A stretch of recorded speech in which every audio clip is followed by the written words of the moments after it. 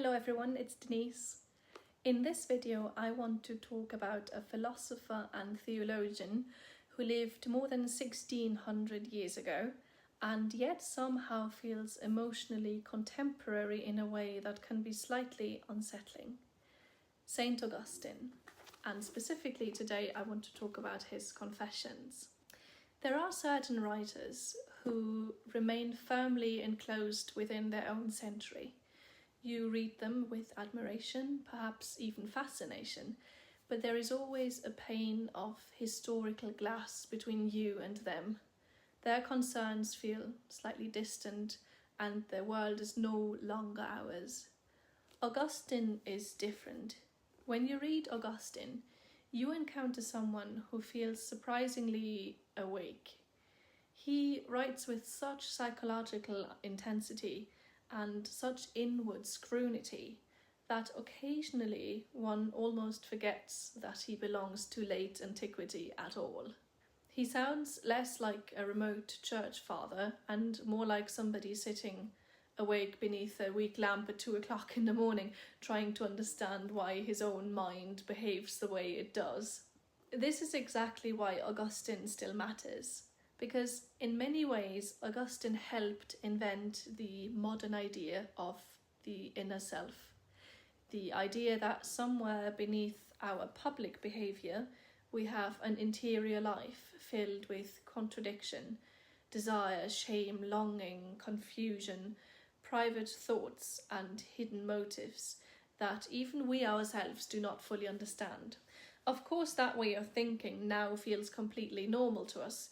We constantly speak about self-discovery, authenticity, healing, trauma, processing our emotions, understanding our childhoods, uncovering our motives.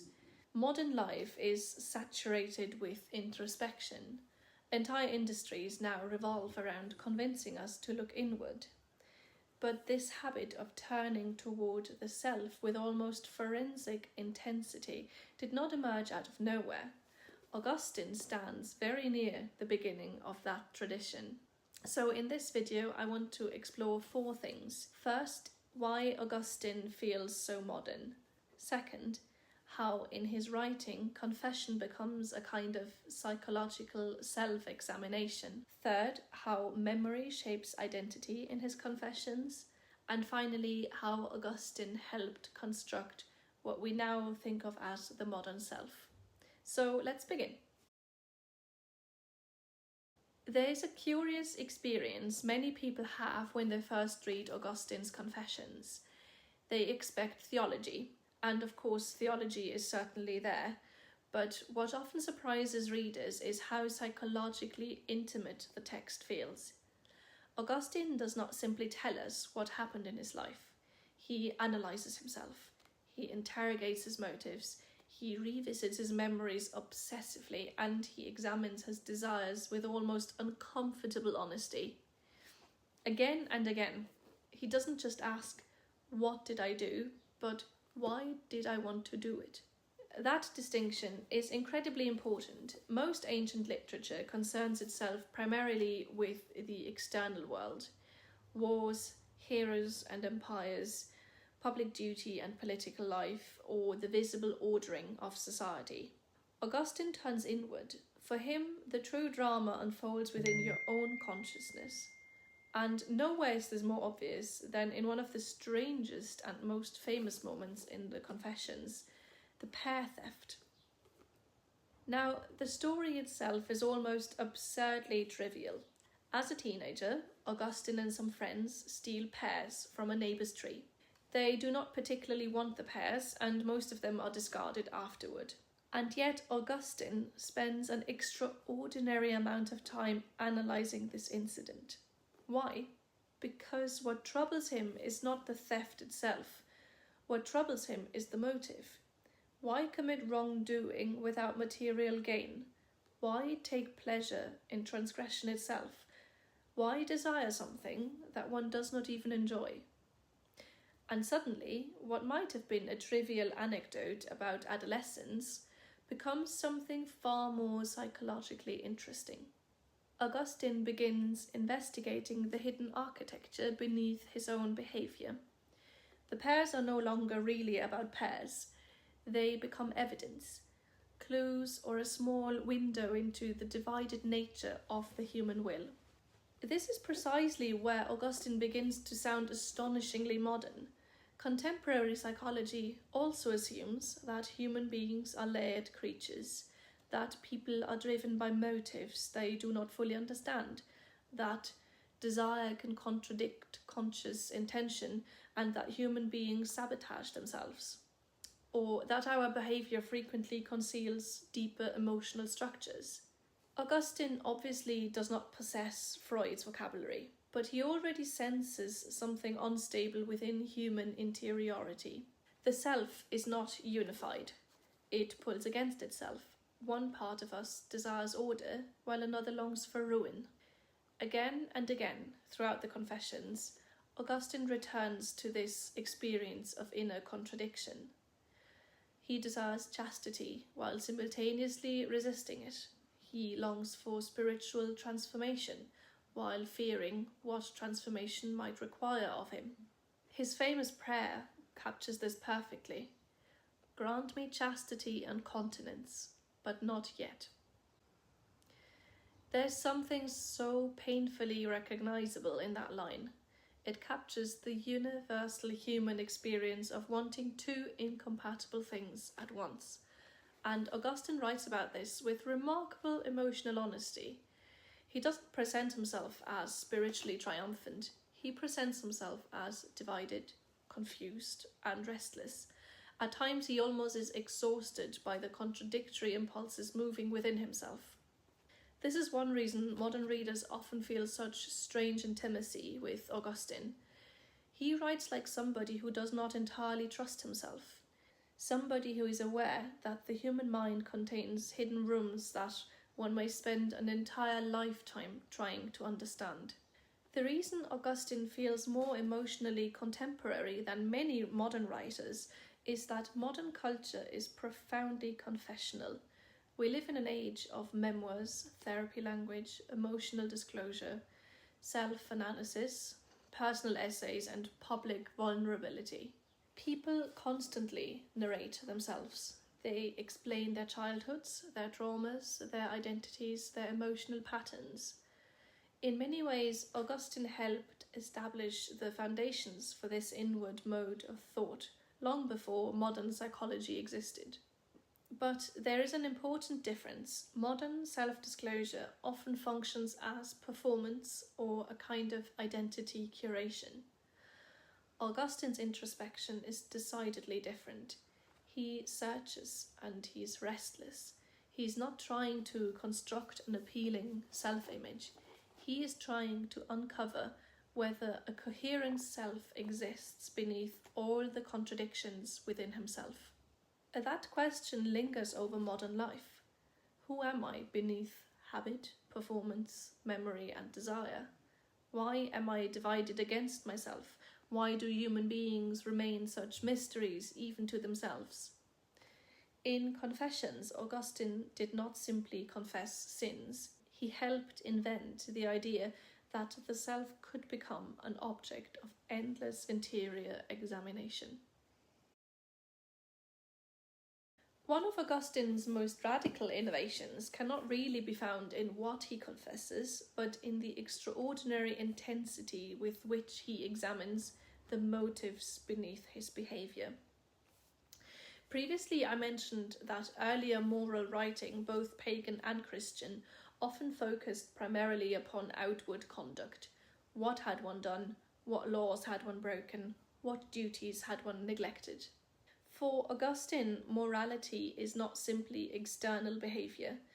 For him, it's interior orientation, the hidden desires. Once morality becomes interior, the self acquires depth. A person may appear outwardly disciplined, while inwardly disordered. Someone can be calm in appearance, while inwardly consumed by jealousy, vanity, resentment, lust, pride, or despair.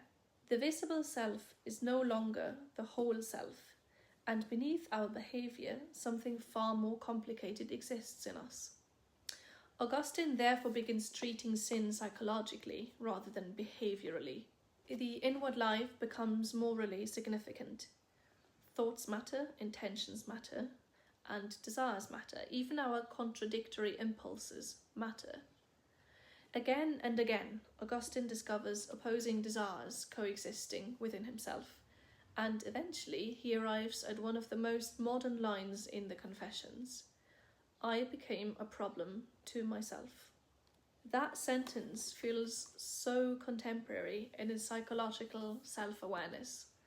Augustine recognizes that human beings are not transparent even to themselves. We are so fragmented and divided, and our will moves in opposing directions simultaneously. Through his Confessions, Augustine attempts to interpret this fragmentation. This is very important. His confession is not just religious admission. His memoirs became his technology of self-examination. Augustine narrates himself, and that language began shaping his identity. By putting his memories, desires, failures, and inner contradictions on paper, he gradually imposed a narrative structure onto his inner chaos. Beneath this entire project stands Augustine's understanding of God. For him, God is not some external judge or a distant authority seated somewhere above the world observing human conduct from far away. For Augustine, God is an inward witness. God is closer to you than you are to yourself. This gives Augustine's introspection its unusual intensity. His search for himself is simultaneously to stand under divine observation. And so in Augustine's hands, introspection becomes almost sacramental. The hidden life within us of our thought, desire, contradiction, shame, memory, and longing, that life acquires enormous spiritual significance, and the interior self somewhat becomes the battleground of a moral life. If we accept that Augustine helped invent the interior self, then in this view, memory is the place in which that self resides. The most modern part of Confessions is perhaps Book 10, where Augustine attempts to descend into the architecture of memory itself. And reading those specific pages can feel quite eerie. It seems as if Augustine enters his own mind, carrying only a dim lantern, and he begins wandering through all these rooms that he doesn't entirely understand. He describes memory not just as a storehouse of facts, but as something immense and mysterious. Memory contains images, sensations, voices, forgotten fears, our old humiliations. It's made up of fragments of emotional life preserved long after the original moment has passed. And what Augustine understands so brilliantly is that memory stores not only information but also atmosphere. A single recollection can suddenly revive an earlier version of yourself with such a startling force. Imagine remembering an old shame or an old longing. The past does not disappear. It lingers within us, perhaps a little withdrawn into one of those quieter rooms Augustine discovers, but the past is never entirely gone. This changes the nature of identity. The self is not fixed or transparent. It accumulates across time and becomes layered, and therefore becomes constructed partly through remembrance. This means that human beings live inside narratives they continuously retell about themselves. To remember is, in some sense, to assemble a self. That also includes confronting our shame, our guilt, and that memory can really hurt, but Augustine cannot think about memory without confronting his guilt. Your past sins do not remain politely buried in chronological distance. They continue exerting emotional pressure on the present self. So for Augustine, the soul carries its own history. And right here he begins anticipating something that is later explored in psychoanalysis and trauma theory, which is the idea that the past survives within the present in ways we do not fully control. Old experiences continue shaping thought, emotion, and identity long after outward circumstances have changed. What makes Augustine especially compelling is that he never treats memory sentimentally. He understands its instability. Human beings revise memories constantly. We soften certain details and magnify other things. We reinterpret old motives according to our present emotions. So our memory is not just an archive, it is reconstruction over and over again, and therefore the self itself remains unstable and perpetually unfinished. There is something so profound in Augustine's understanding of personhood. The human mind becomes a place filled with echoes, old desires murmuring beneath newer convictions, abandoned versions of ourselves lingering like someone you briefly glance at the far end of a dark corridor. And through all of this, Augustine searches. Through memory, he hopes to uncover some stable center beneath all the turbulence of experience. But the deeper he descends into the self, the stranger it appears. His own mind becomes both intimate and unfamiliar to himself. And in this sense, Augustine does not just anticipate modern theories of identity, he anticipates the distinctly modern fear that we may never entirely understand ourselves at all. It is difficult to overstate how profoundly Augustine altered the Western understanding of personhood. Before Augustine, identity was often understood primarily through outward categories. So what people would use would be citizenship, your family, public duty, your social role, participation in civic and religious life. Augustine turns decisively inward. The self becomes something interior, hidden and morally charged, and it becomes endlessly examinable. In many ways, the modern individual begins here. What is remarkable is how invisible Augustine's influence has become. Many assumptions modern people treat as completely natural were shaped directly or indirectly by Augustine's inward turn. We assume human beings possess hidden depths. We assume memories shape identity. We assume visible behavior conceals interior motives. We assume authenticity matters, emotional honesty matters, and that self-knowledge is morally important. These ideas feel self-evident to us, but they were not always self-evident. Augustine helped create the intellectual and spiritual framework in which such assumptions became imaginable, and his influence stretches across centuries. One can sense Augustine behind Rousseau's confessional autobiography, behind Freud's excavation of hidden desire, behind existentialist anxieties about identity and inwardness. Even modern therapeutic culture carries traces of Augustine's conviction that the self must be examined, interpreted, and narrated into coherence. And yet, Augustine's inwardness differs from modern self-obsession in one very important aspect. He does not descend into himself in order to admire his uniqueness. It's quite the opposite. Again and again, Augustine appears humbled by the instability of his own mind. He is startled by the contradictions lodged within him. His introspection is not driven by vanity, it's driven by uncertainty, by this unsettling suspicion that human beings remain opaque. Modern life has inherited Augustine's inwardness while often losing the theological horizon that once gave that inwardness meaning. We continue searching ourselves with extraordinary intensity. We analyse our desires, our childhoods, our emotional wounds, our identities, yet many people no longer know precisely what they hope to find there. The interior life has become both a sanctuary and labyrinth. And so Augustine remains strangely alive beneath modern consciousness. Long before Freud placed the mind upon the couch, Augustine already had entered the dim and crowded rooms of the interior self, and we still inhabit that architecture now.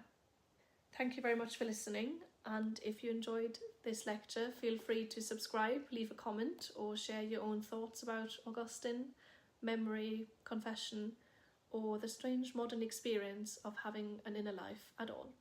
I'll see you for the next video.